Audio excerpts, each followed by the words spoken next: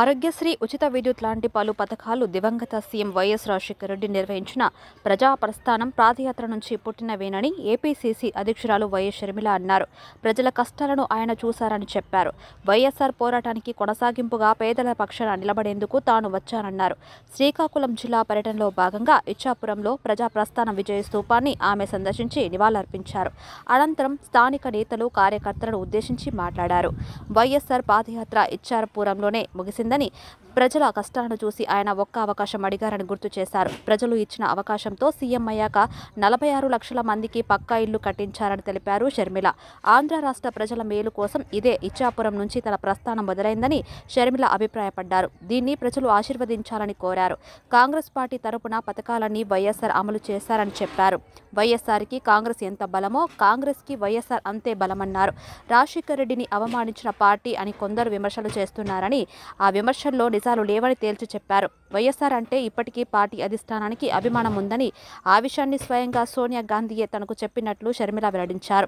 రాజీవ్ గాంధీ చనిపోయాక కూడా ఎఫ్ఐఆర్లో ఆయన పేరు పెట్టారని, అది తెలియక చేసిన తప్పు కానీ తెలిసి చేసింది కాదని వివరించారు. జీవించినంత కాలం బీజేపీకి వైఎస్ఆర్ వ్యతిరేక అని షర్మిల అన్నారు. నేడు రాష్ట్రంలో పరిస్థితులు చూస్తుంటే బాధగా ఉందని ఆవేదన వ్యక్తం చేశారు. బీజేపీకి ఇక్కడి పార్టీలు తొత్తులుగా మారాయని విమర్శించారు. ఒక్క ఎమ్మెల్యే లేకపోయినా ప్రభుత్వం బీజేపీ చేతుల్లో ఉందని ఎత్తి చూపారు. బీజేపీకి కీలుబొమ్మల జగన్ ప్రభుత్వం మారిందని ఆరోపించారు. రాష్ట్రాన్ని ఆ పార్టీ మోసం చేసిందని, ఒక్కరోజు కూడా జగన్ ప్రత్యేక హోదా గురించి అడగలేదని ధ్వజమెత్తారు. ఆంధ్ర రాష్ట్ర ప్రజలు 25 మంది ఎంపీలను ఇస్తే హోదా తెస్తా అని ఆనాడు అన్న మాటలు ఇప్పుడు ఎక్కడికి పోయాయని ప్రశ్నించారు. వచ్చే ఎన్నికల్లో కేంద్రంలో కాంగ్రెస్ గెలిస్తే రాహుల్ గాంధీ మొదటి సంతకం ప్రత్యేక హోదాపైనే పెడతానని చెప్పారని షర్మిల పేర్కొన్నారు.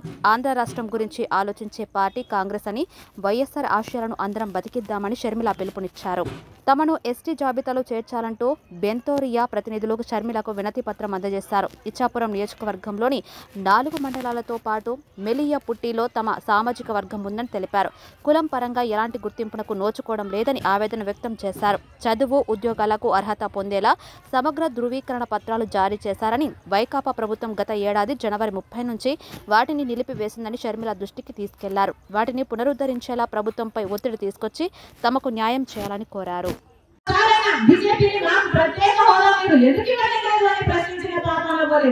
ప్రతిపక్షంలో ఉన్నప్పుడు ఇదే జగన్ గారు మాట్లాడిన మాట, అసలు బీజేపీ పార్టీ ఎలా మనకు స్పెషల్ స్టేటస్ ఇవ్వదో చూస్తారు అని, మీరు ఎంపీలు నాకు ఇవ్వండి, వాళ్ళ మెడలు మంచిగా సరే స్పెషల్ స్టేటస్ తీసుకొస్తానన్నాడు.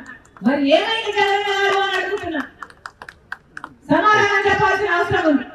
రాజశేఖర రెడ్డి గారి బిడ్డగా చెప్తున్నా, రాహుల్ గాంధీ గారు మొట్టమొదటి సంతకమే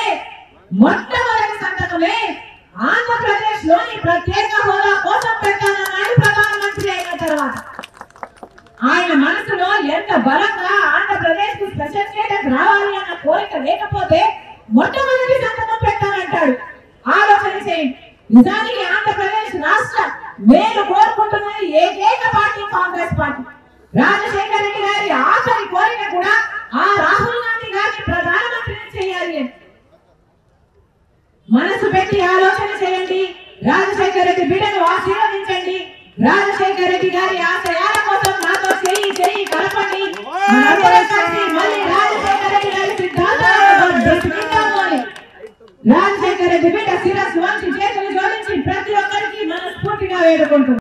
ప్రజలు ఒక్క ఎమ్మెల్యేను కూడా గెలిపించలేదు బీజేపీ పార్టీ నుంచి. కానీ ఈ రోజు ప్రభుత్వంలో ఉన్న అందరూ ఎమ్మెల్యేలు, ప్రభుత్వం సైతం, ముఖ్యమంత్రి గారు సైతం బీజేపీ పార్టీకి ఊడిగలు చేస్తున్నారు.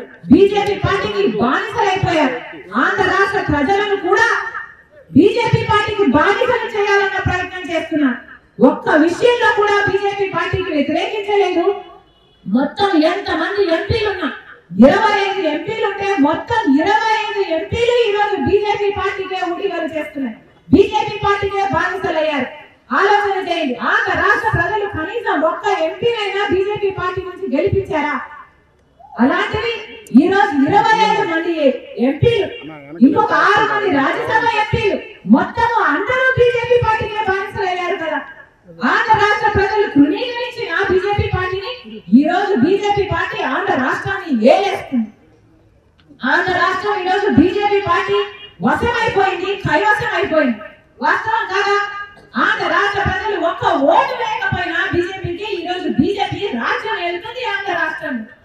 అందుకే రాజశేఖర రెడ్డి సిద్ధాంతాల కోసం నిలబడింది రాజశేఖర రెడ్డి బిడ్డ. బీజేపీ పార్టీ 10 సంవత్సరాలు అవుతున్నా కూడా ఆంధ్ర రాష్ట్రానికి ప్రత్యేక హోదా 15 సంవత్సరాలు ఇస్తామని చెప్పి కూడా ఈ రోజు అసలు మూసే ఎక్కడం లేదు. ఇక్కడ ప్రజలు గెలిపించిన ఎంపీలు కానీ ఎమ్మెల్యేలు కానీ ఒక్కసారి కూడా బీజేపీని ప్రశ్నించలేదు.